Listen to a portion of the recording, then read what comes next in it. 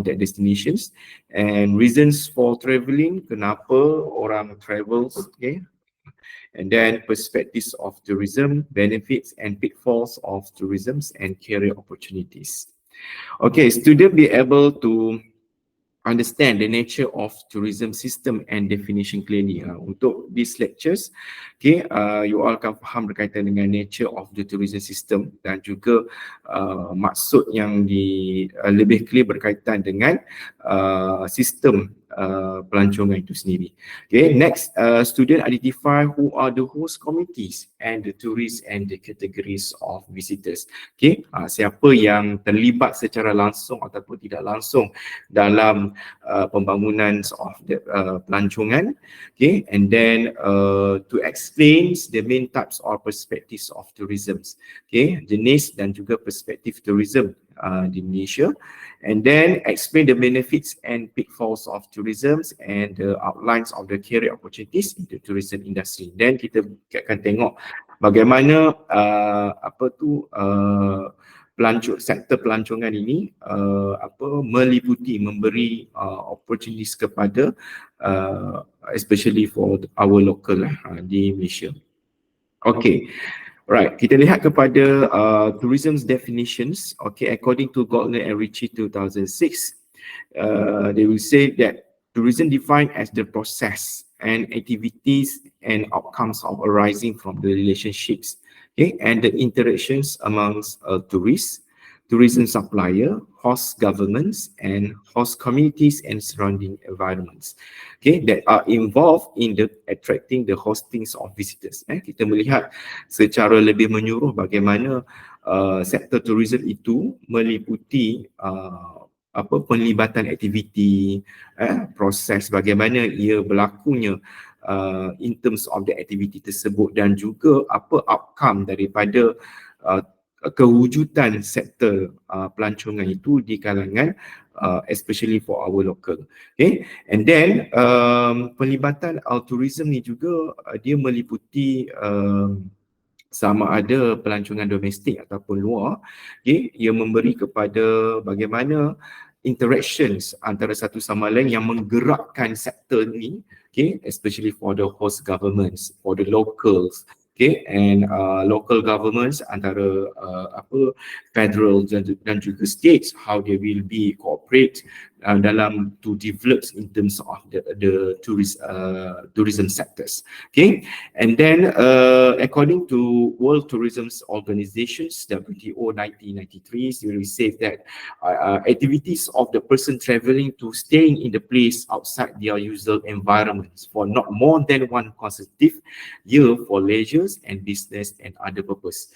Okay, maksudnya dekat sini WTO World Tourism Organization mengesahkan tourism itu sendiri adalah one of that activity untuk setiap orang akan melakukan aktiviti especially travel to stay in the place outside from their user environment. Maksudnya you akan move daripada satu tempat ke satu tempat, daripada satu destinasi ke satu destinasi.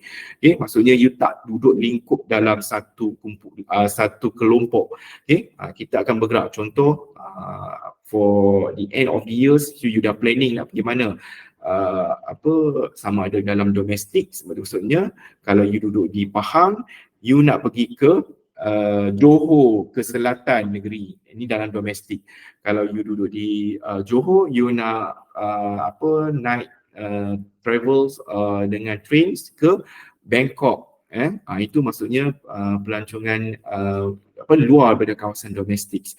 Okay, maksudnya ia meliputi sama ada itu adalah aktiviti masa senggang, itu leisures, okay, meliputi your business, you ada in terms of business yang you nak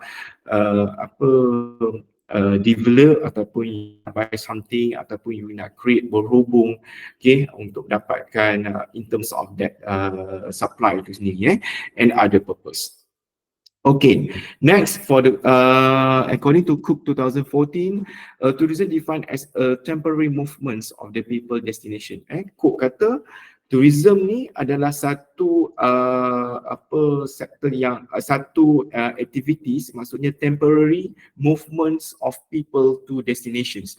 Maksudnya kita bergerak pergi melancong. Okay, tourism dalam capacity of that melancong ni kita tak duduk lama. Okay, ada ke orang pergi melancong 4 tahun ke duduk, itu dah kira menetap terus dekat situ. Okay, even dia belajar, okay, kita tengok kepada berapa lama dia will stay dekat sesuatu certain area. Cook kata dia setiap orang tu akan stay, dia akan bergerak dalam tempoh yang tidak lama lah.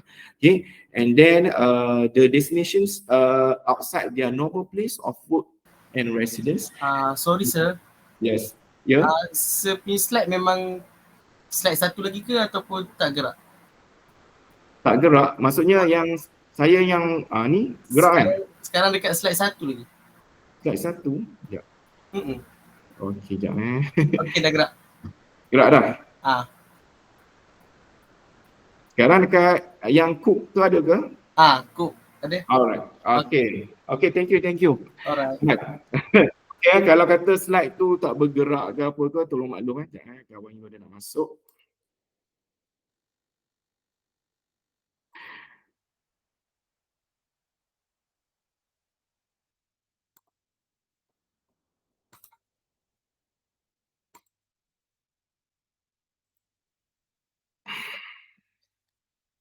Okay, tadi kat mana cook Alright, and then okay, according to naming 2009, tourism defined as activities of people who travels to place and outside of their livings and working place to rest and relax and do not other things and stay there less than 1 consecutive years. Naming kata tourism ni adalah someone's of the activity. Okay, people who travel to place outside for their living and working place to rest and relax. Maksudnya orang pergi travels, orang pergi vacations adalah untuk rest and relax. Memang pun macam tu, hujung tahun, pertengahan tahun, awal tahun, so dia punya decisions perubahan tu berbeza-beza lah mengikut kepada kita nak pergi mana. Contoh kalau you nak pergi pergi China, Beijing bulan 12, itu dah musim berapa? Musim apa? Musim sejuk. So siapa nak pergi musim luruh, so dia kena ikutlah bulan-bulan tu. Okay, maksudnya dekat sini okay, kita akan travel tu untuk rest and relax. Selalunya kita akan pergi untuk menenangkan fikiran, melihat culture dan sebagainya. Okay, semua saya percaya semua orang minat vacation, nak pergi bercuti. Okay, ini pun adalah aktiviti yang memang satu kewajipan lah kepada setiap orang. Tak ada pun orang kata nak duduk tak nak pergi vacation, mesti dia akan buat sesuatu aktiviti yang maksudnya people move daripada satu tempat ke satu tempat. And then over the decades, tourism has experienced continued growth and have turns into the key driver for social economic progress. Maksudnya setiap tahun, and then tourism sectors ni adalah satu sectors yang memang memberi satu impact yang besar lah kepada negara, okay, especially for the social economic progress. Okay, social economic progress ni dia meliputi pelbagai aspek. Bila ada demand, baru lagi ada supply. And then this global spread of tourism in industrialized and developed state has a produce economic and employment benefits. Maksudnya di sini sektor tourism itu sendiri is one of the industry yang memang bertepatan untuk membantu dari segi pembangunan ekonomi. Juga tak gerak lagi. Tak gerak lagi? Ni gerak tak? So saya nak kena tak. Sekarang page ke berapa? 7 Page ke-4. Page ke-5. Ke-6. Okey. Gerak tak? Dah. Yang 6 dah nampak. Nampak lah? Alright. Macam mana? Kalau saya nak kekal yang macam ni, tak perlu nak pergi ke tak payah kot. Tak payah. Sebab jangan slide show. okay. Kalau slide show dia akan stuck. Okay, boleh Okay, kat mana? Banyak sangat internet. Okay, alright. This global spread of tourism is industrialized and developed states. Macam saya cakap tadi lah. Okay, dia memberi satu in terms of produce for economic, produce economic employment, benefit, maksudnya memberi secara menyeluruh kepada penduduk untuk dapatkan pekerjaan. Banyak bila turis datang, transportation, akan melibatkan accommodations, akan melibatkan apa lagi, industri craft, industri whatever, entertainment ke apa dan sebagainya. Okay, dia melibatkan banyak in terms of the scope, in term benefit from the tourism tadi tu.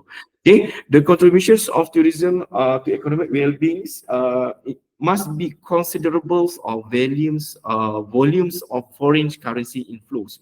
Kita melihat kepada volume of foreign currencies inflows. Kalau kita tengok orang Mak Saleh datang, kenapa mereka suka datang ke Malaysia? Sebab currency lah. Sebab $1 $1 sama dengan Malaysia sekarang berapa? RM4.5 ke RM5. Maksudnya kuasa membeli tu tinggi untuk berada di currency yang rendah ni, especially macam negara kita ni. So kita sangat menerima lah kemasukan pelancong-pelancong asing ni supaya memberi impact in terms of that pertumbuhan ekonomi. And then contributions to employment, contribute dari segi pekerjaan sektor, sektor pekerjaan. Maksudnya sektor pekerjaan ni dari segi hotels, and then apa lagi, service kinds of the service, hotels dan accommodation dan sebagainya. Okay, and then infrastructure developments, dan juga bila ada supply, ada demand. Okay, bila kita nak supply that, memenuhi in terms of that demand tu, kita mesti memenuhi in terms of the infrastructure tadi tu. Apa yang maksud dengan infrastructure developments? Okay, dari segi in terms kemudahan prasarana, okay, ada public transport, ada cukup dengan kemudahan facilities and utilities, kegunaan untuk dari segi sektor pelancongan dan sebagainya. Okay, and then next to introductions of new management and education experience, dan ini juga memberi peluang kepada ruang lingkup pendidikan bagaimana kita nak menguruskan demand tadi tu dengan secara yang lebih efisien. Maksudnya kita perlu ada education. Maksud education di sini adalah macam you belajar sekarang lah, you kena memahami bagaimana kita nak operate satu in terms of contoh you nak buka satu chalet, satu homestay. So semua tu mesti ada in terms of knowledge. Okay, kita tak boleh buka sembrono macam tolong buka macam ni, tak ada cash flow, tak tahu package nak ditawarkan, and then kita tak boleh nak market kita punya produk sedangkan kita ada peluang yang lebih besar. That's why knowledge is very important. Melalui educational experience itu yang akan memberi kepada ruang, peluang kepada our local people untuk develop on these sectors. Okay, and then tourism is a major force in global trade and recognized as the world largest industry. Memang tak dapat disangkakan lagi. Every country dia ada dia punya kekuatan dia untuk dia selling product for the marketplace. Okay, macam Malaysia, kita nak marketplace in terms of what? Because kita ada kita ada pelbagai budaya, ada race, Malay, Chinese and Indians, and then ada Sabah Sarawak, and then pelbagai lagi, itu yang kita once of strength kepada in terms of the locality untuk dalam pembangunan in terms of the tourism sectors. Okay, next ini adalah dia punya tourism overview.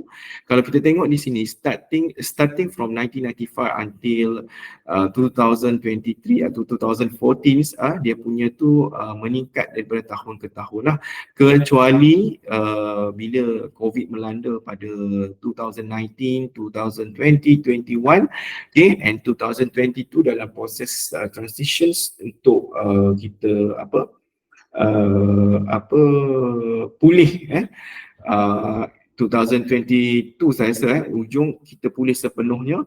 Okay, so bila kita melihat bila ada sesuatu fenomena ataupun sesuatu apa dikatakan sebagai yang boleh interrupt in terms of jatuhnya industri tourism tu tutup terus, okay, dia akan menyebabkan pelbagai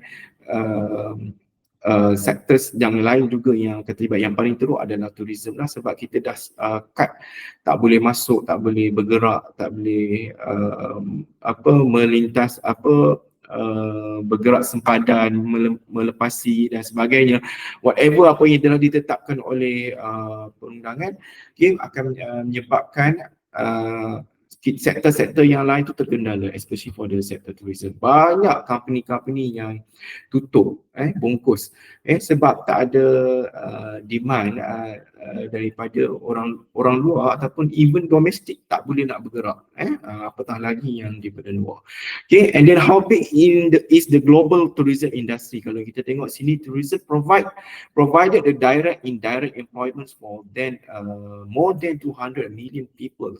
Okay, and the numbers in tourism related jobs rise to 350 millions, and tourism generates 10.3% of the global wage. Ini maksudnya adalah sumbangan yang paling besar dalam pembangunan ekonomi.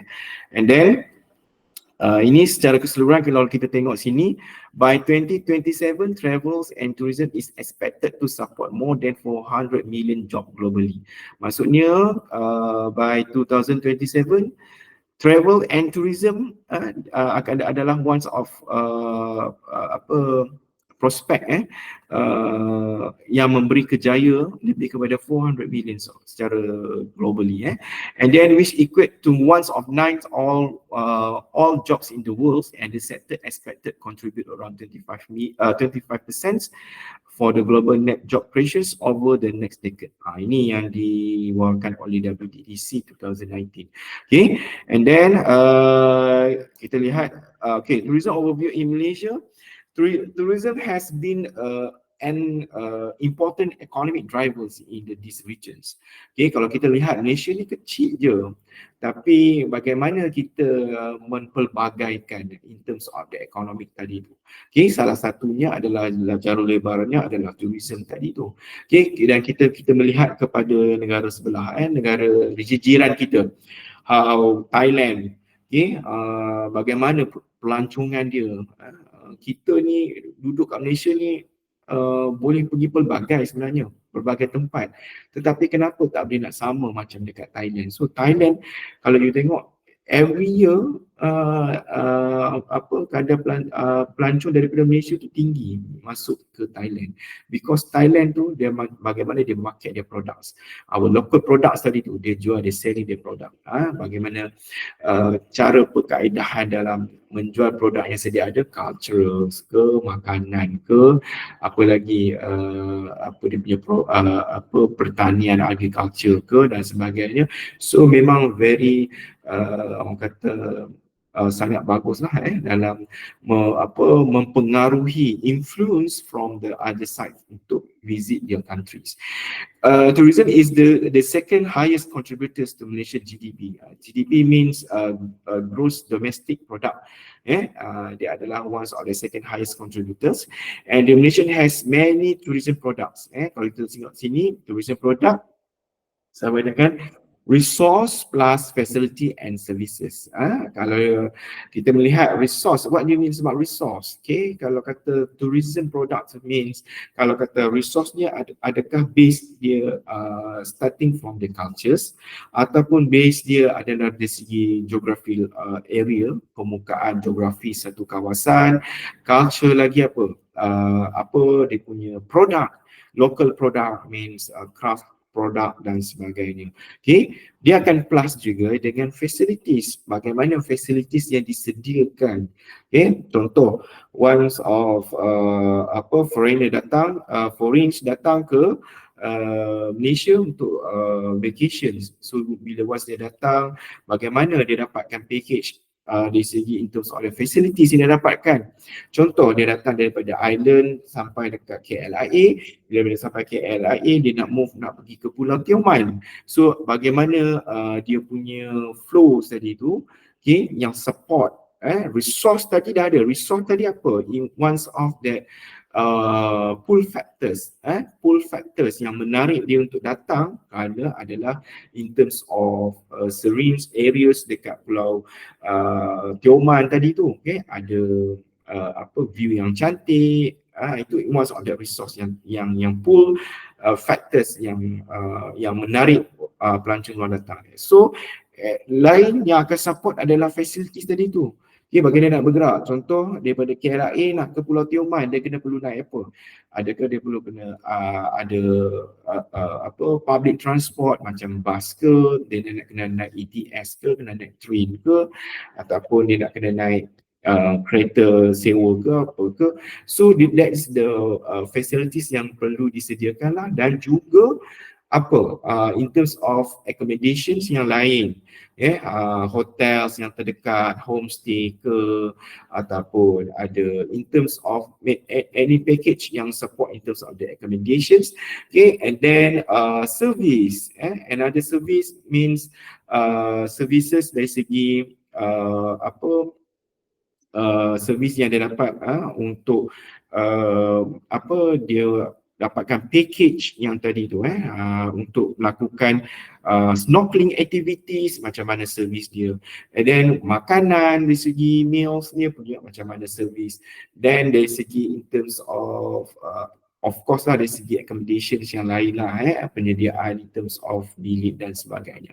Okay, servis tu sangat penting. Kadang bad service means kita bad review ataupun indah khabar dari rupa, macam saya last week saya cakap, indah khabar dari rupa. Okay, you booking dalam website lain, you pergi tak dapat seperti apa yang digambarkan tadi tu. Okay, itu sangat penting lah. Tourism product tu meliputi dari 3 tadi dah, resource, facilities and juga services.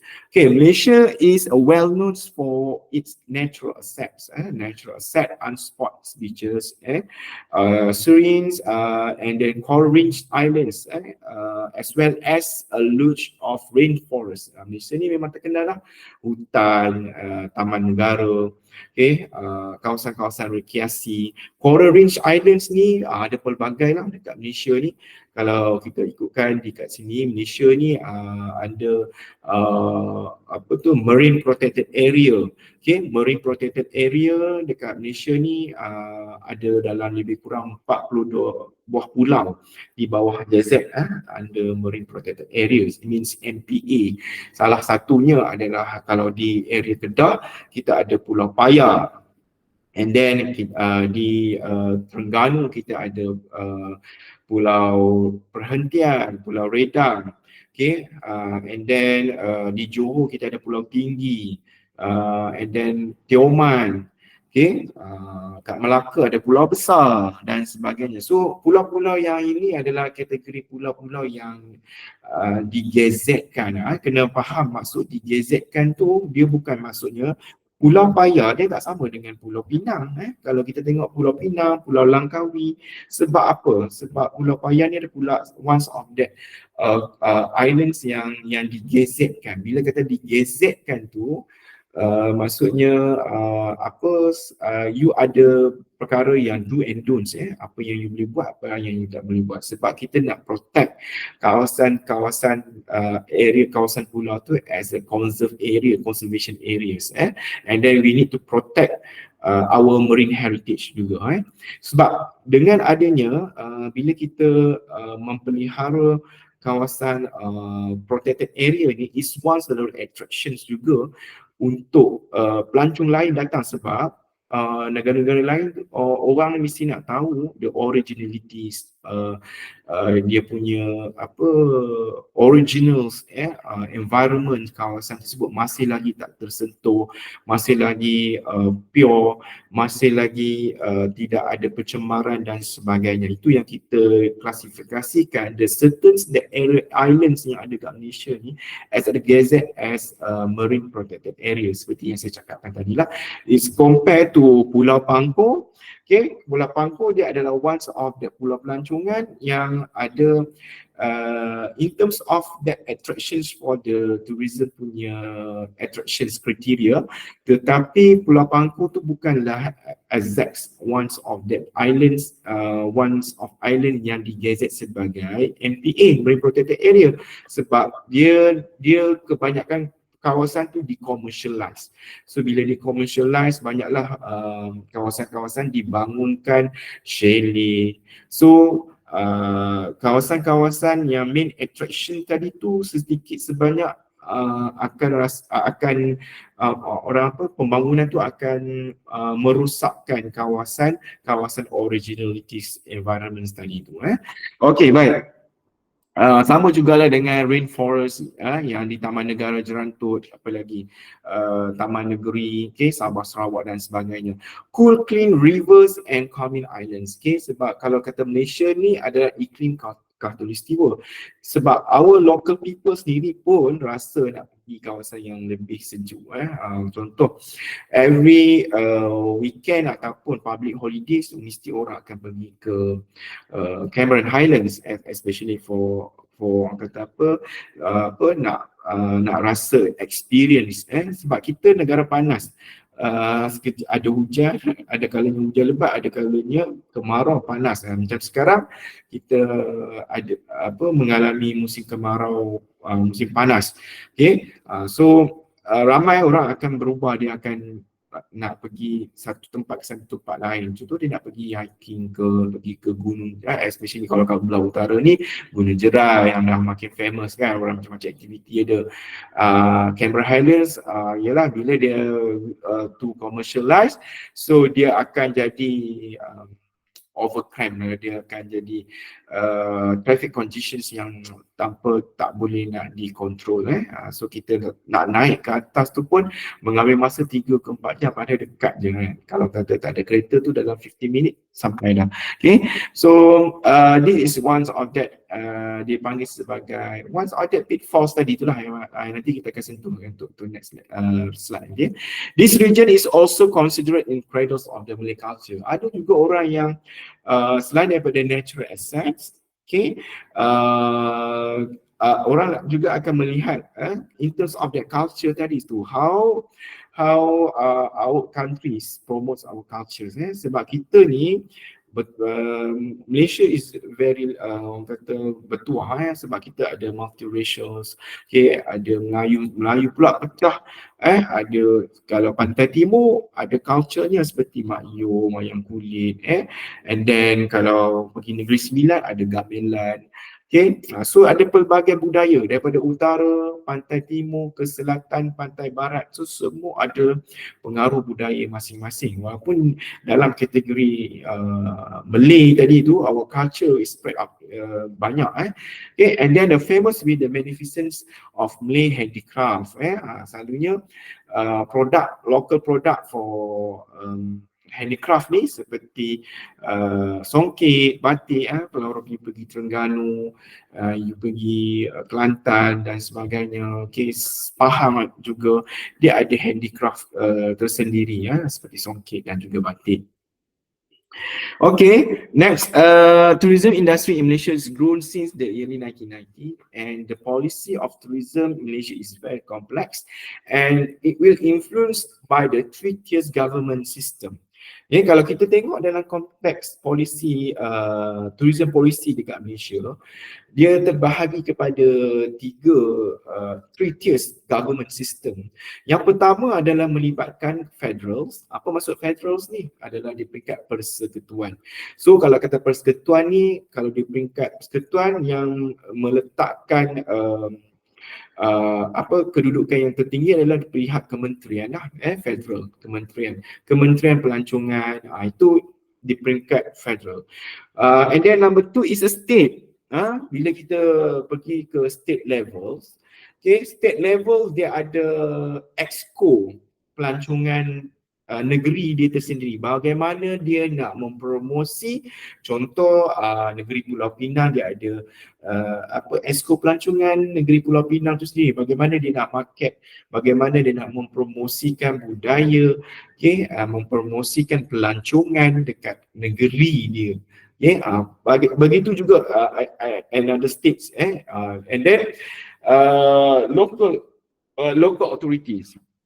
Local authorities means pihak berkuasa tempatan.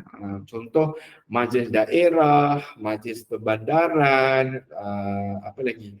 Bandaraya, Dewan Bandaraya. Okay, itu is a local authority yang mempunyai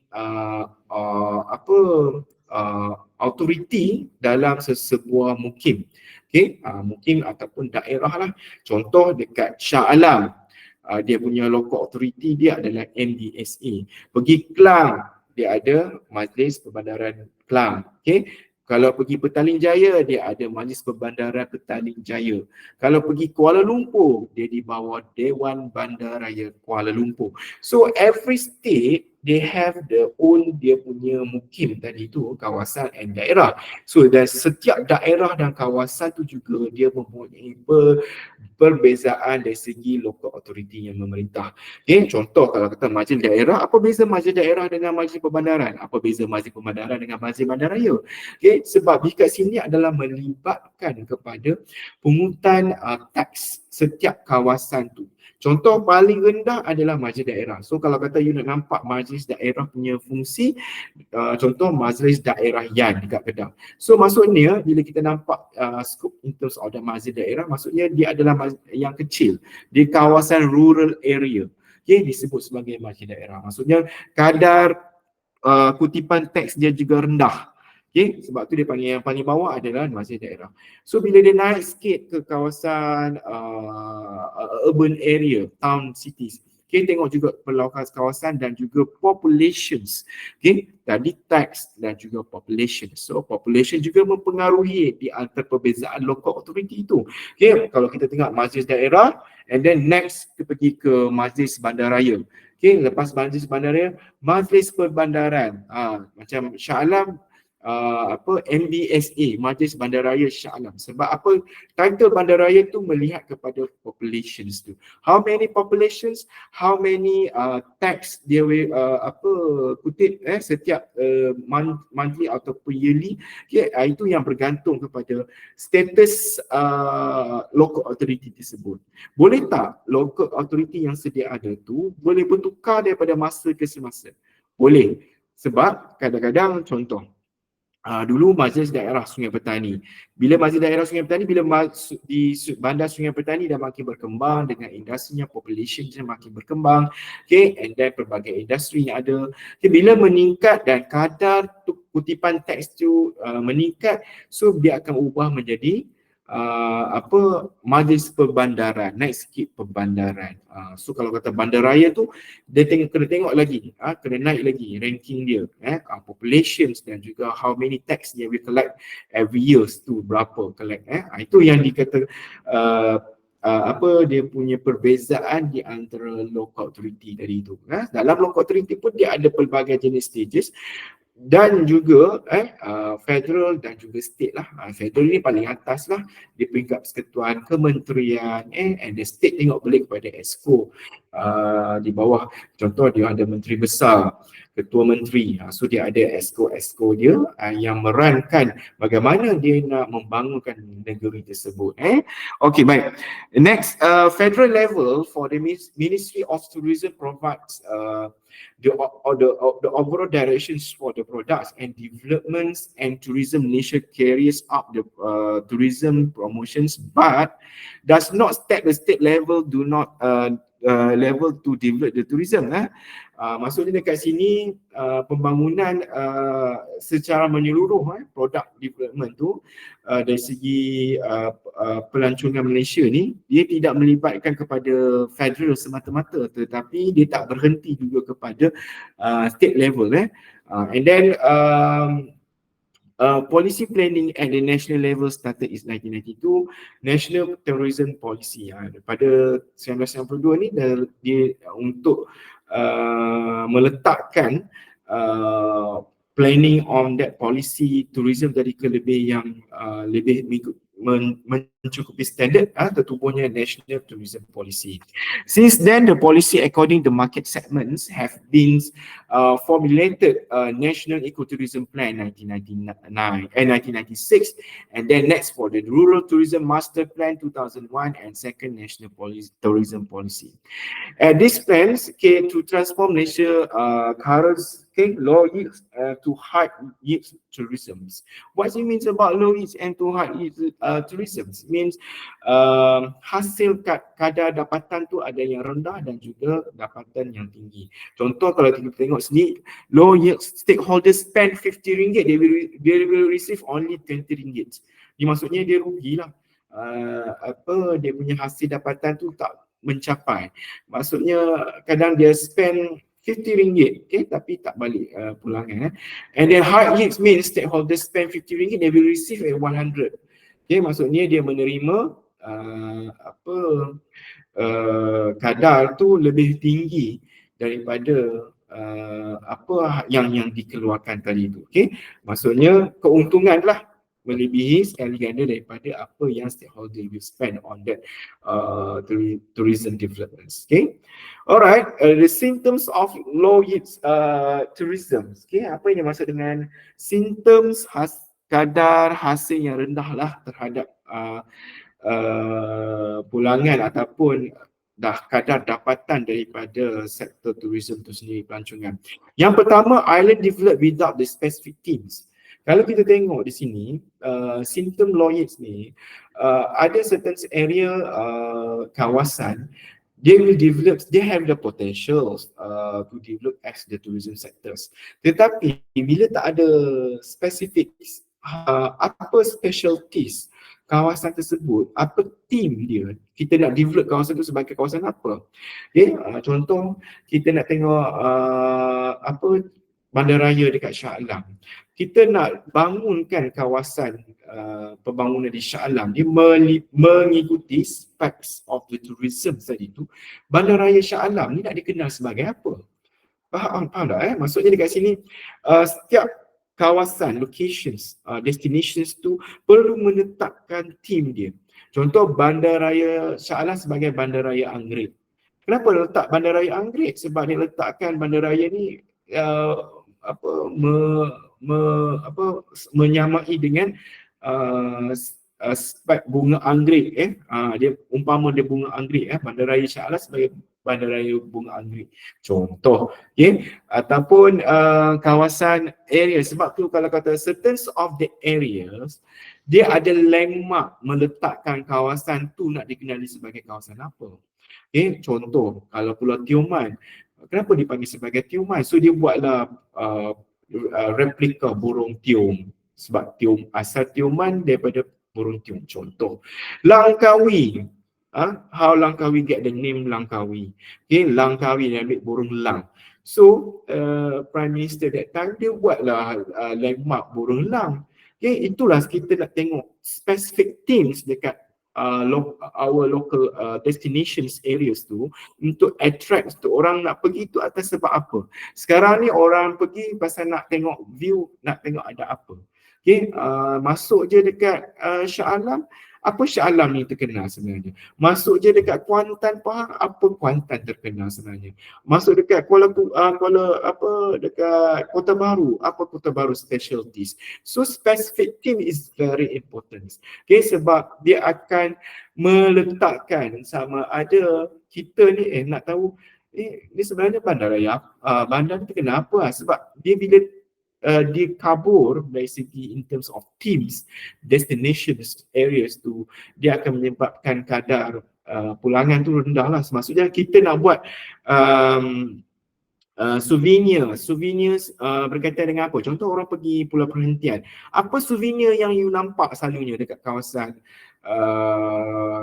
shop houses area, handicraft dekat situ? Mesti ada lambang penyu kan? Sebab dia nak mempromosikan kawasan pulau perhentian, Pulau Redang, area on that Terengganu Islands tu, dia ada tempat pendaratan penyu dekat situ. So dia keluarkan simbolik turtles tu untuk commercialize kawasan tu. Kalau pergi perhentian, mesti orang nak tahu apa souvenir dia. Nak kitchen dia dalam bentuk apa? Dalam bentuk binatang tadilah, turtles tadi kan. And then number two, over commercialisms of historic cities. Bila sentuh about over commercialisms, dalam certain of the areas, especially for the historic areas lah, historic cities macam Melaka, apa lagi, kawasan-kawasan yang memang attractions ni adalah base kepada historic punya background. Okay, contoh Georgetown, apa lagi, Istana Seri Menanti kat Negeri Sembilan. Okay, and then banyak lagi certain area yang meletakkan in terms of historic cities tu sebagai satu tarikan kepada pelancongan juga. Tetapi apabila yang disebutkan sebagai over commercialisms, maksudnya everything of the history itu dia nak commercialize kan. Okay, contoh macam baju, and then apa lagi, budaya dekat situ. Apa lagi, selalunya ni lah dia punya baju, and then peralatan dan sebagainya. Dia bila terlalu over commercialisms ni, dia macam dia not respects on that history or kawasan that area lah. We need to respect lah, maksudnya John dia letakkan keris lah, ada yang letakkan, contoh you pergi Bandung ada jual slipper lah sebagai kitchen lah. Itu dia sebagai over commercialism. Maksudnya kita, apa yang you nak commercialize history tu sampai dia tu lalu dijadikan benda yang kita kadang we need to respect, tapi kadang benda tu dah bagi macam enteng. Kita tak menghargai, not appreciates on in terms of the history tadi. Okay, and then national park used as a picnic area. Kawasan national park, contoh Taman Negara Pulau Pinang, Taman Negara Kuala Tahan, Jerantut, Pahang. Okay, bila kawasan-kawasan yang asalnya sebagai kawasan nature area dijadikan sebagai, tak kisah dijadikan one of the package tourism, tetapi bila dikatakan ini sebagai overuse area, macam national park dijadikan ia sebagai picnic area. You mean what? Picnic area ni apa sebenarnya? Kawasan national park, kawasan yang semula jadi. Kan kita pergi contoh Taman Eco Rimba, hutan pendidikan, hutan rimba, apa lagi, kat mana, Sungai Congkak ke air terjun ke whatever. So kita akan melakukan aktiviti macam leisure activities like piknik. Okay, piknik ni istilahnya kita ni berehat dan makan piknik. Kita berehat dan makan dan kita akan sediakan kita punya makanan, ingredients, dan kita bawa ke kawasan perkelahan tersebut. Okay, kita masak-masak. Lepas kita masak-masak, last kali kita buat apa? Okay, makan, masak. Lepas tu kita bila nak masak pula, bukannya you dah masak kat rumah, you datang situ baru you nak masak. Maksudnya you dah melakukan open burning ke, bakar secara terbuka, okay, dan mengundang binatang-binatang liar ke kawasan situ. Lepas tu last kali sampah. Malaysia punya isu, common issue is sampah. Gimana pun sampah. Sebab apa? Sebab kita tak ada satu awareness. Bila kita kata tong sampah disediakan, sepatutnya kawasan-kawasan nature area ni tak perlu disediakan tong sampah. Sebab kita yang bawa sampah tu, you yang kena bawa balik sampah tu. barulah betul sebenarnya. Okay, apa yang you bawa, itulah you kena bawa balik. You tak boleh tinggalkan dekat situ, you assume tak apa, dia orang ni dah ada dia punya kontraktor yang akan kutip-kutip sampah ni. No, bukan itu maksudnya.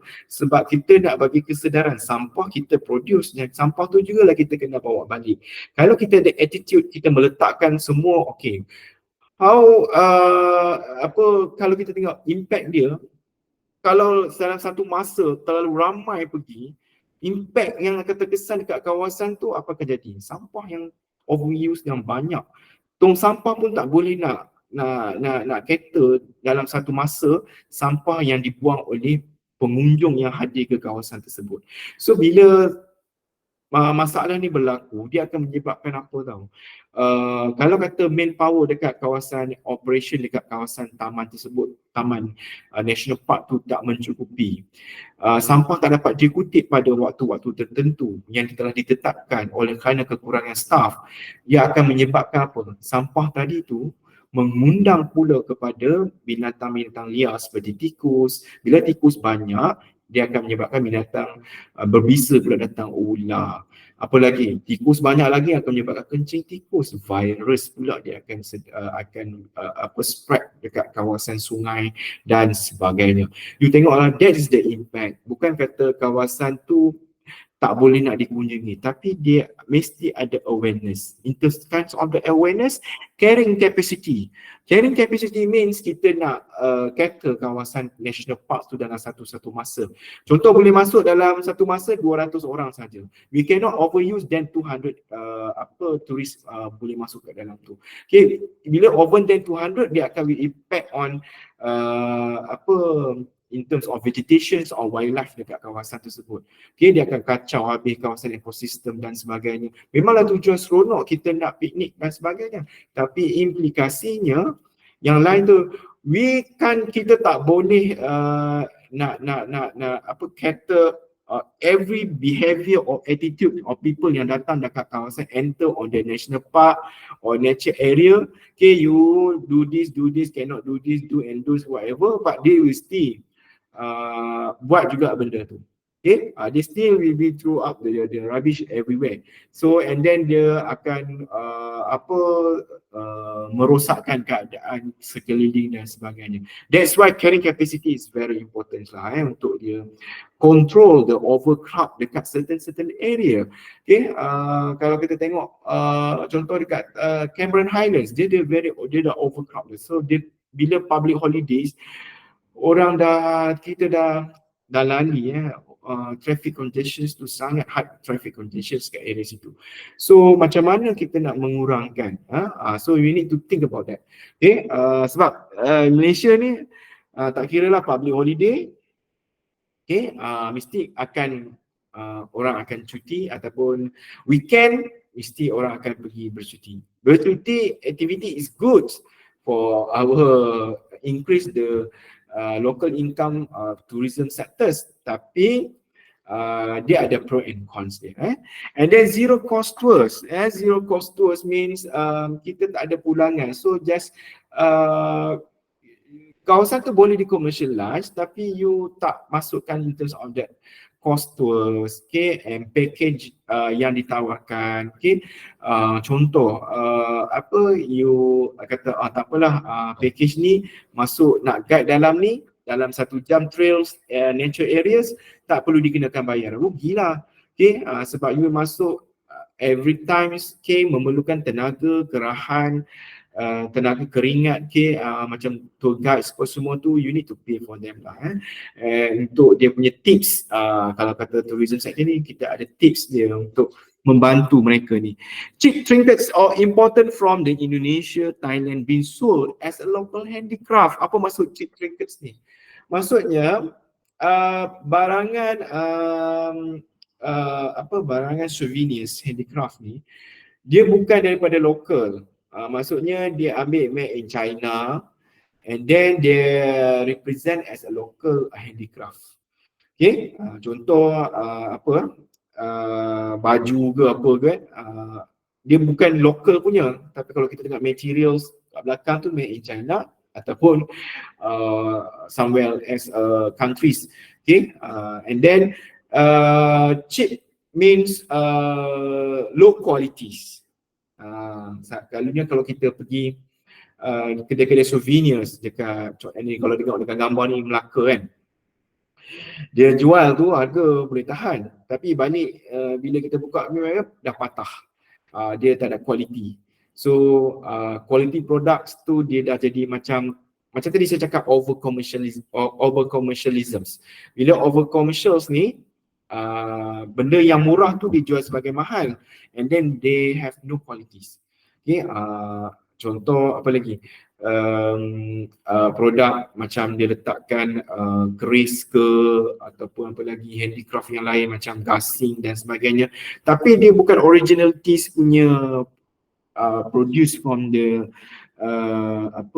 dia punya betul punya materials lah. Dia ambil material plastik dan sebagainya, and then dia akan jadi low qualities, low qualities. Dan benda-benda ni dia banyak ambil daripada negara luar, negara yang lebih jimat in terms of that harga, dia punya modal tadi tu. Two agent prefer selling outbound packages. Okay, selalunya kat sini kalau you tengok Mata Fest, kurang ada yang domestic area, tapi two agents ni dia nak jual package yang outbound package. Outbound means yang luar daripada domestic areas punya. Okay, so kuranglah pendapatan daripada impact untuk local people, local communities dekat our countries. So kalau kita nak jual package luar. Okay, next, based on the WTO, tourism can be classified in the following forms. Okay, inbounds and outbounds. Inbounds mean visits to countries by non-residents of that countries. Maksudnya local peoples yang visits daripada satu tempat ke satu tempat. Maksudnya daripada Melaka dia nak pergi visit ke Pahang, Pahang nak pergi ke Johor. Okay, non-residents of that countries. Okay, maksudnya dia bukan penduduk tetap bermukim di kawasan tersebut, tapi dia bermukim di kawasan lain. Maksudnya macam itulah.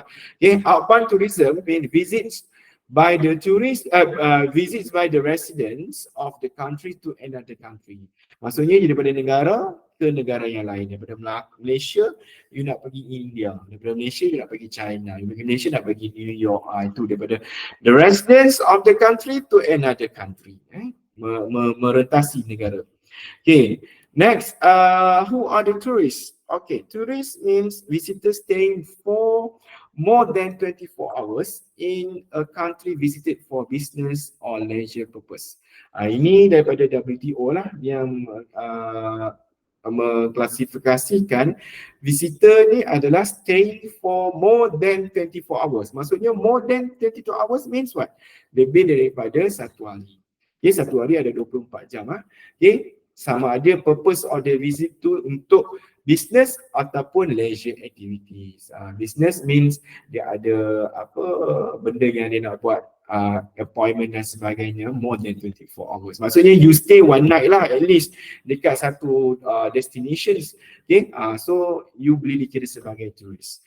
Okay, and then away from their normal place of residence for a period of up to 1 year, but will return home. Ada yang satu lagi mengatakan ada local residents yang pergi dia ada tempoh dia, periods of up to 1 year.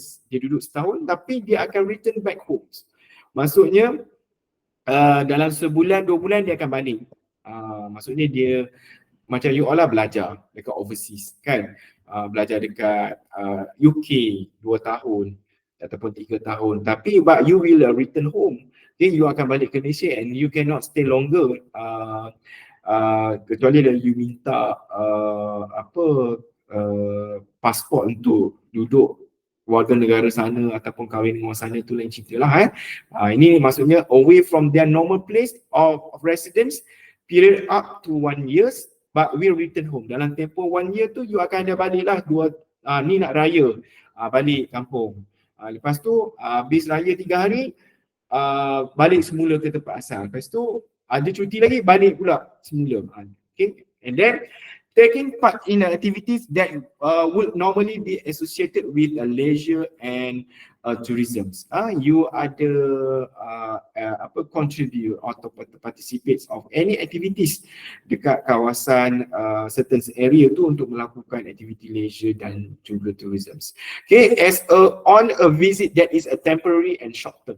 Macam saya cakap tadi awal, kita ni as a tourist ni, okay, kebanyakannya akan temporary and short term.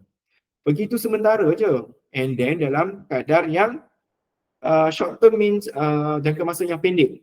Okay, kita tak pergi macam kalau jangka yang masa panjang, kita tengok pada yang kotak first tadi, away their normal place but period until to 1 year but still return home, dengan syarat dia mesti balik, ada balik, itu dikira sebagai 1 year. Macam you belajar ataupun you bekerja, maksudnya company hantar you dekat sana, okay, dalam tempoh tertentu, tapi you still are coming back to your hometown. Okay, and then away from home but not necessarily on holiday, as they could be away on business. Ini bukan kadar pelancong itu pergi waktu holidays, tapi dia juga pergi untuk atas urusan bisnes. Okay, maksudnya dia ada interview ke, dia ada perjumpaan meeting ke. Contoh saya duduk kat Kedah, meeting saya dekat Perak, so saya kena travel pergi Perak. So along the way Perak tu saya as a tourist lah, sebab saya akan singgah kawasan, contoh nak pergi Ipoh, tempat makan mana yang best, tempat mana yang viral, kan mesti you akan mesti Ipoh nak ada apa, Lima Wali ke apa landmark tadi tu, apa produk tadi you nak buy something, okay, dekat sesuatu area destinations. Okay, next, domestic tourists, it is involved travelling by the residents of given country within their own country lah. Ini pelancong tempatan, dia akan pergi dalam negara lah, okay, pergi duduk di KL, akan pergi ke Langkawi, Sabah, Sarawak, whatever dan sebagainya. International tourists, a number of tourists who travel countries other than that in the which they have their usual residence. Yang ini dia akan pergi ke negara lain, okay, untuk tujuan travel dan sebagainya. Okay, next, ini adalah dia punya tourism in Malaysia. Okay, daripada asian.com, okay, pelancong-pelancong daripada luar ni setiap tahun ni juga akan meningkat. Okay, baik, categories of visitors. All visitors are subdivided into 2 further categories. Okay, first, same day visitors, excursionists, visitors who do not spend the nights in the collective or private accommodations in the country visited. For example, a cruise ship's passengers spending 4 hours in a port. Yang ini maksudnya pelancong dalam package dia travels, okay, same day visitors, it means dia tidak menetap dekat situ. Dia hanya berhenti sekejap je, macam siapa kalau kata pernah naik cruise, contoh di Penang, dia ada pelancongan kapal, okay? So you pergi naik kapal tu, pusing, betul patah balik kan. So dia akan berhentilah dekat mana, dekat Singapura ke apa ke. So dia akan, for example, dia cruise tu dia akan berhenti, dia akan give time of 4 hours dekat port tu. Okay, so 4 hours tu kita boleh turun nak pergi shopping complex ke, ataupun nak pergi mana-mana areas yang nearest on kawasan cruise tadi tu. Janganlah pergi jauh sebab tak masa tu our limited times. Sebab nanti you pergi jauh nanti ada traffic jam lah, apalah, apa masalah lain yang menyebabkan nanti cukup je 4 hours, so you kapal tu dah nak gerak. Ini dipanggil sebagai excursionist, same day visitors. Okay, and tourists, visitors who stay in the country visited for at least 1 night. Ini turis, ini sebagai turis. Visitors tadi Tu dia kata sebut tadi categories of visitor tadi, dia ada visitor dan juga tourist. Same day visitor, masa yang limited times. Okay, tourist means visitor who stay in country visited for at least one night. Yang dipanggil sebagai turis. Okay, sebab turis dia akan at least stay one night. For example, a visitors on a 2-week vacations, dia duduk dekat kawasan tu selama 2 weeks. Okay, vacations. Maksudnya dia dah duduk lah itu meliputi 1 malam dan seterusnya. Okay. And so what is a tourism? Tourism is a composite of the activities and industry that delivers and travels experience. Dia maksudnya relates on that apa aktiviti yang kita lakukan, meliputi apa industri yang related and apa yang kita dapat travel experience. Okay, contoh transportations, accommodations, eatings, drinking establishments, kan, makan, shops, entertainments, okay, and then activity facilities and other hospitality service available for individuals or groups that are travelling away from homes. Okay, sama ada you pergi tu secara individu ataupun you pergi tu secara group, you dapat tadi tu experience, you dapat apa industri yang will be delivered on that services, apa aktiviti yang you lakukan. Okay, macam-macam lah. Okay, dia meliputi macam saya cakap tadi, transportation, kenderaan, pengangkutan awam, apa lagi, accommodations, hotels ke, homestay ke, apa ke, eating and drinking establishments, okay, nak makan, meal, supper, virals and shoppers, okay, and entertainments, okay, activity facilities and others hospitality service, and then subtotal of tourist expenditures. Itu yang dimasukkan sebagai tourism. Okay, and then look at the perspectives of tourism. At first, the tourist. Okay, dalam konteks the tourist ni, kita melihat tourist seeks a various psychological and the physical experience tadi, and how they will get the physical experience for your satisfactions. Apa yang you bayar, apa yang you dapat that service satisfies or not. Macam tu. Ya, sebab you bayar, you gunakan package dengan bayaran yang you berikan, apa push and pull factors tadi yang mempengaruhi faktor tolakan, faktor penarikan, and then you experience on that physical things, and at the end you satisfied or not. You must know your levels of satisfactions. Maksudnya adakah indah kabar dari rupa macam saya cakap tadi. Kalau kata indah kabar dari rupa tu maybe ada benda certain on yang not satisfied lah, you rasa tak satisfied apa yang you bayar. Okay, and then nature of this largely determines and the destination chosen and the activities enjoyed. Ini dimasukkan dengan perspektif of the tourist tentu. Apa yang kita ni as a tourist, apa yang kita nak, apa yang kita experience dan apa yang kita dapat, adakah levelnya kita rasa satisfied ataupun tidak. Kalau kata we are satisfied, so maybe you will be repeating regular tourist yang datang ke kawasan tersebut. Contohnya pergi Langkawi, you pergi snorkeling dekat pulau Pulau Paya. So they have so many in terms of the beautiful scenery and dia punya corals and waters, whatever, oceans, the blue oceans, whatever. So how did you satisfied with your experience tadi tu? So kalau you kata berbaloi dengan apa yang you bayar, okay, and then you recommended, perkataan recommended ni itu yang you akan jadi regularly tu.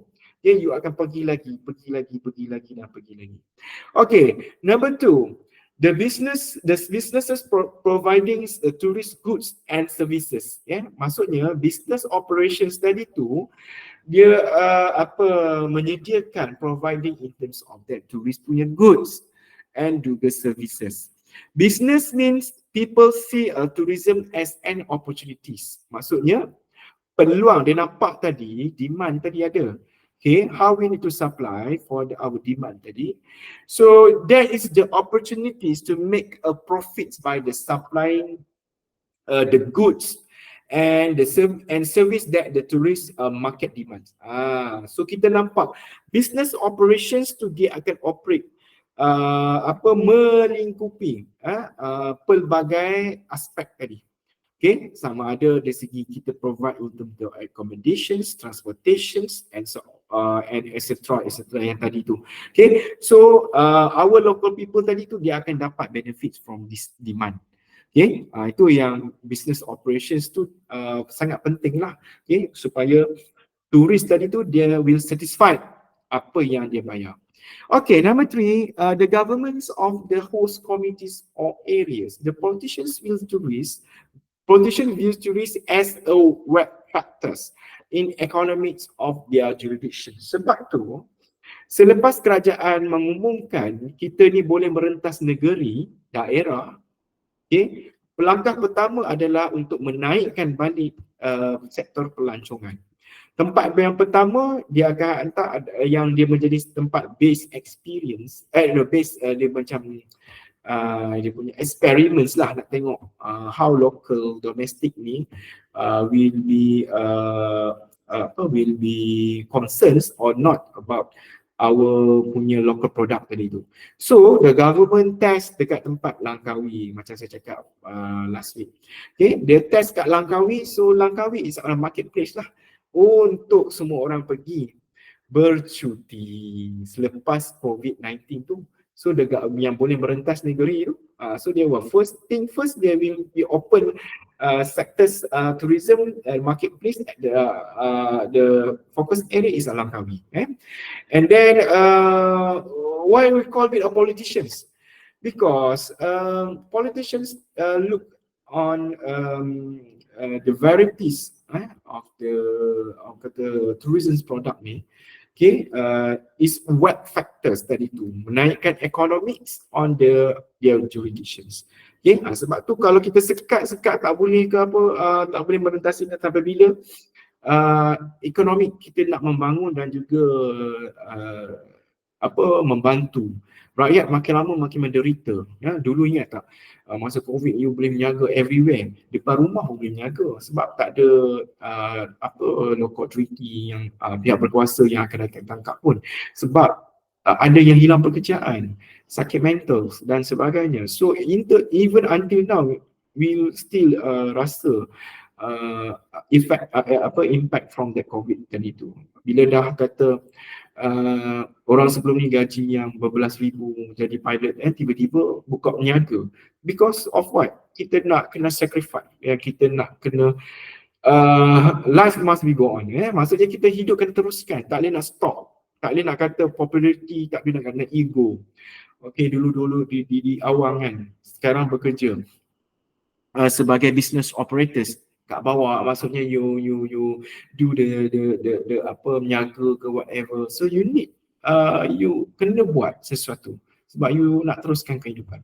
Okay, number 4 in the host communities. So for the local people usually sees the tourism as a cultures and the employment factors. Ini dimasukkan dengan host community.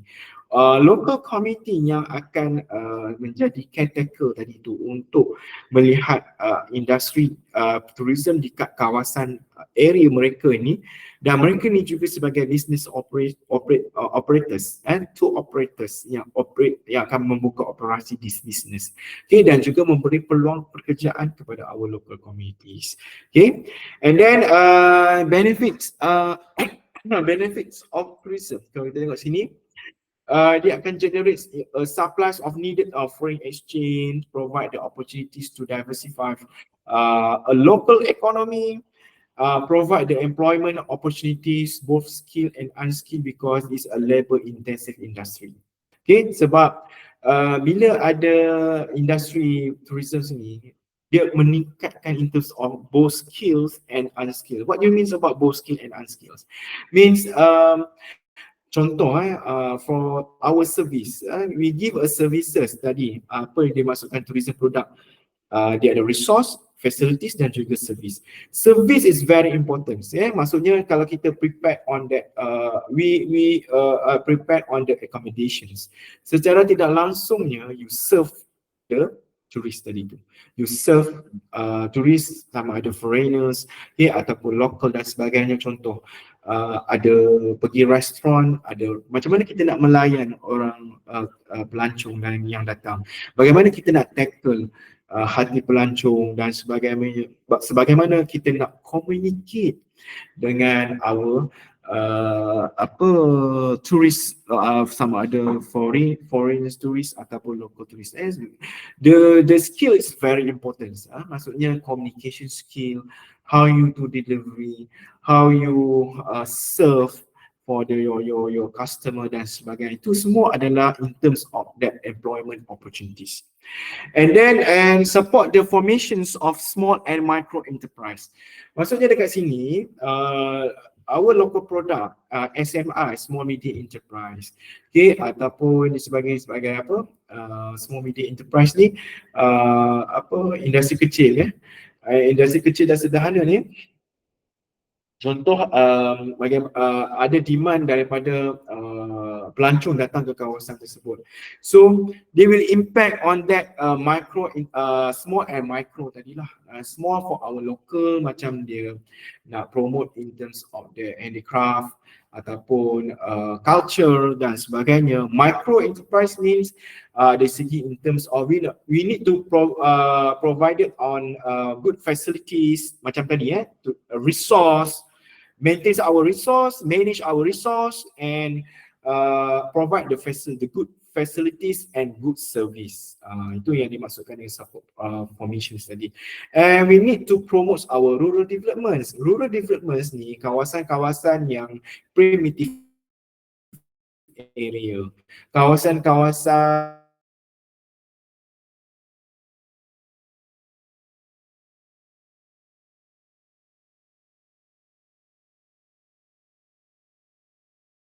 to develop on the big constructions, on the buildings, whatever, itu menambahkan cost.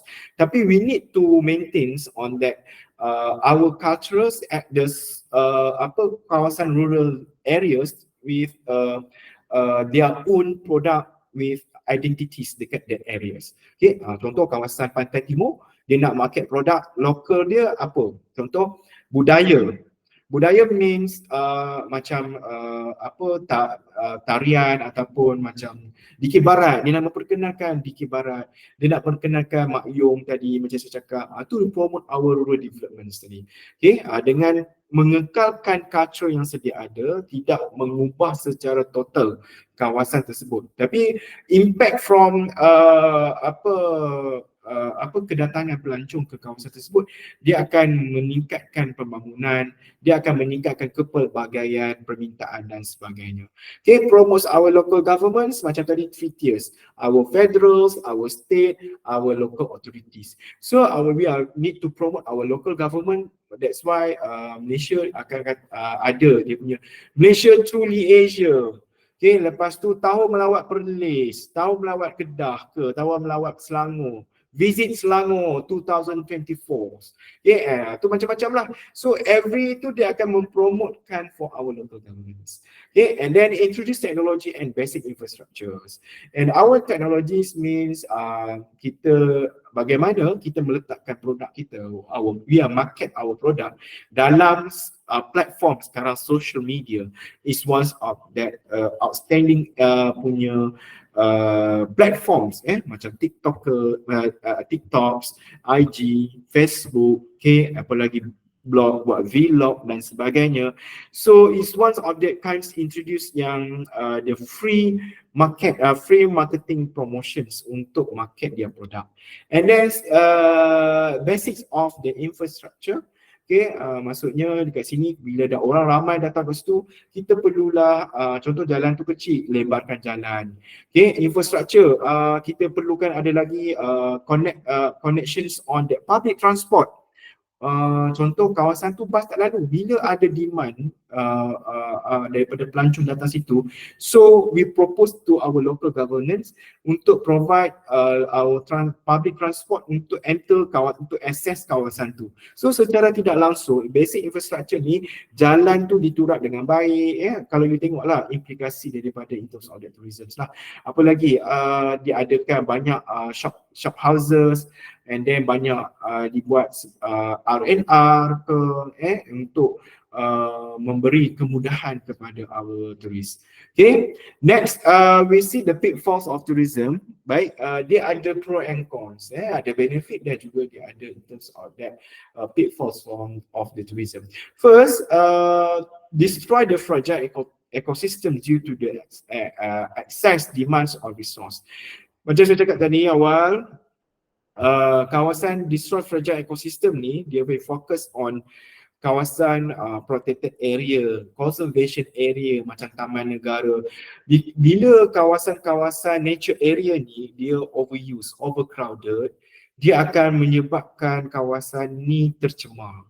Okay, contoh pergi Lata Kijang, dekat mana? Lata Kijang di Perak kan. So bila you pergi tu hari public holiday especially, you akan tengok ada kesan in terms of disrupt fragile ecosystem. Maksudnya dekat sini trails tu boleh lalu dalam 10 orang, bila 100 orang lalu dia akan jadi apa? Kawasan trail tu akan ada kesan tapak kaki, lepas tu ada pihak yang tidak bertanggungjawab, dia akan patah-patahkan sentuh ataupun dia akan ambil ke apa vegetations of any wildlife ke, yang ada kat kawasan tersebut. So secara tidak langsung dia akan merosakkan. Macam tadi saya cakap dekat island marine protected areas, contoh dekat kawasan Pulau Paya, Pulau Tinggi, Pulau Redang. Kalau tengok Pulau Tinggi, Pulau Redang, kalau kata overuse ataupun overcrowded turis yang datang di situ, dia akan menyebabkan coral tu akan bleaching. Coral akan bleach dan coral tu akan mati. Oleh kerana ramai yang pergi pelancong-pelancong luar pakai sunblock.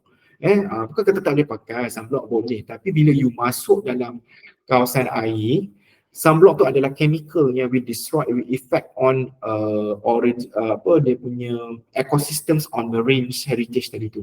Macam coral tadi tu dia sensitif.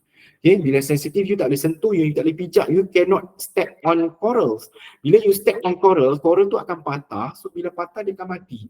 So bila banyak sangat do and don'ts ni orang tak follow the rules, so dia akan menyebabkan kawasan tu akan musnah dan juga rosak. And then encourage the culture, the alienations and crime. Kita tak tahu siapa yang foreigner datang daripada luar ni, pelbagai jenis. Datang tu ada yang datang untuk sebar dia punya ajaran sesat ke, datang tu sebagai pengancam ancaman ke, sebagai pengedar dadah ke, datang tu sebagai buat menyebarkan ideologi ke, whatever ke yang bertentangan dengan negara dan sebagainya. Tu yang kata encourage the culture alienations. We cannot kita tak boleh nak, kita boleh control, tapi kita boleh kontrol apabila benda tu memang kita mengesahkan benda tu berlaku. Baru kita boleh ambil actions. Sebab we assume all the foreigner yang datang tu adalah tujuannya, kalau kita tengok dalam visa tu, adalah untuk tujuan pasport melancong. So bila melancong, they can go everywhere lah dekat kawasan Malaysia ni. Sebab untuk melakukan aktiviti yang terlarang tu, kita cannot kecuali kita jumpa sesuatu dalam dia punya bag dan sebagainya, itu kita dah check, itu secara fizikal. Tetapi secara ideologinya, kalau benda tu dia bawa ideologi, dia membawa pengaruh, dia buka satu kumpulan pula dekat kawasan ni, sebagai teroris ke apa ke, itu yang kita takut. Dia akan menyebabkan jenayah itu berlaku. And then corrupt and displace societal norms and traditions. Corrupt means berlakunya corruptions, ada berlakunya transitions of the social norms tadi tu.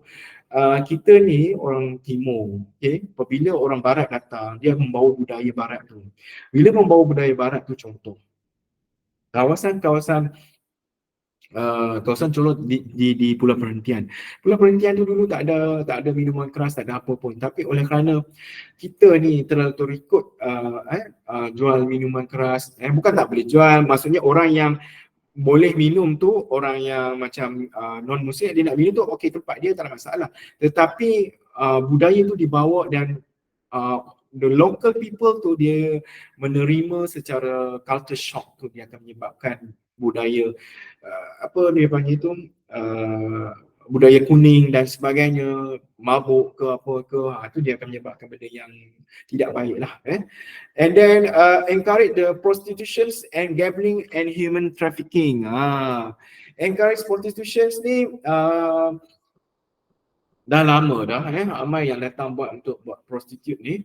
Okay, tak ada duit ke apa ke, mereka ni buat once of this pekerjaan lah.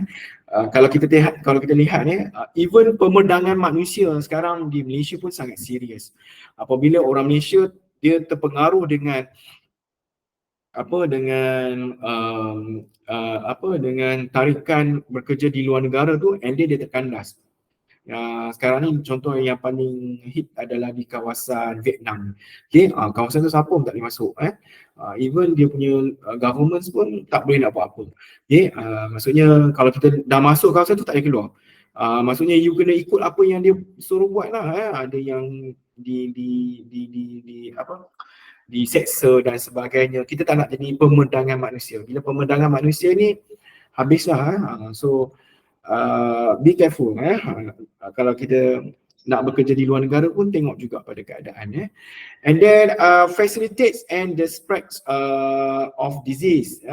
Maksudnya in terms of perkara-perkara yang tidak diundang dan sebagainya berlaku. Okay? Penyakit, pembawakan penyakit. Tengok kenapa COVID tu melanda Malaysia. Bagaimana COVID tu berlaku? Oleh kerana pembawaan. Okay? Pembawaan penyakit daripada pelancong Cina masuk ke Sarawak. Lepas tu habis. Semua kena sampai satu Malaysia. Okay? Tu dia kata tadi tu, spreads of disease. And creates of conflict in the host society. Di sini akan melibatkan berlakunya konflik tadi tu.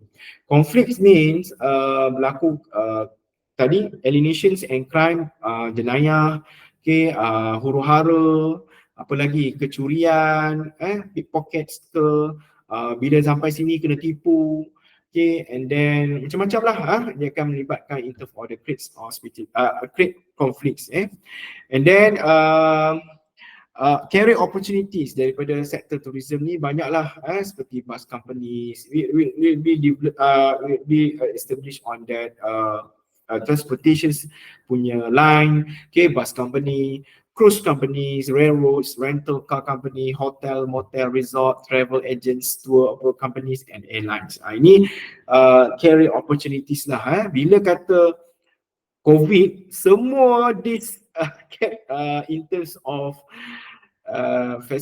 opportunities ni have been gone. Airline tak ada, tour company tak ada, travel agents tak ada, apatah yang lain-lain tu. Itu bila kata if anything will happen on our situations macam berlakunya World War III ke, kan, mana nak tahu, Allah Alam, kan. So secara langsung sektor industri akan menerima dia punya tempias lah. So kita tak bolehlah bergerak, kita rasa terancam dan sebagainya. And then this is dia punya dia punya statistik menunjukkan dia punya peratusan statistik tu meningkat saban tahun. And then seven higher paying hospitality jobs.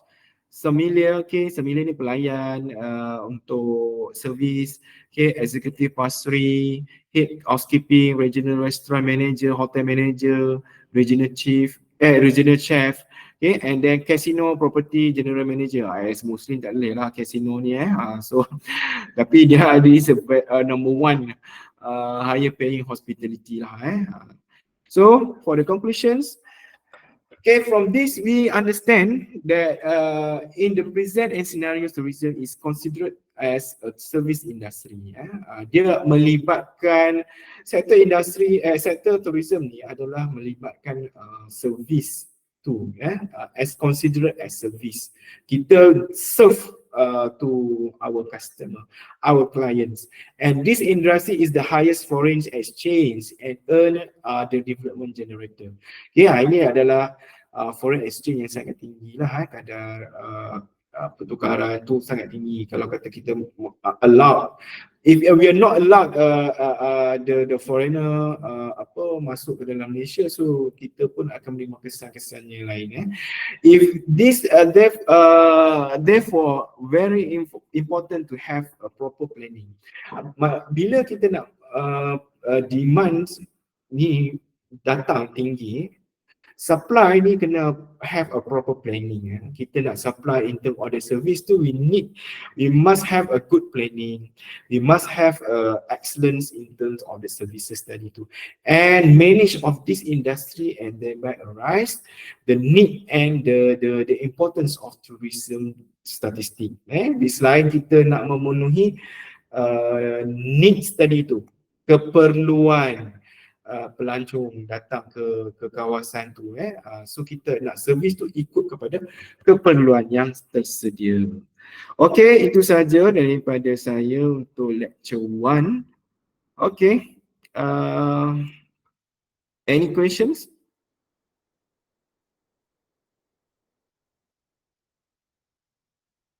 Ada apa-apa soalan sebelum kita stop kelas? Faham maksudnya? Okay, tak ada.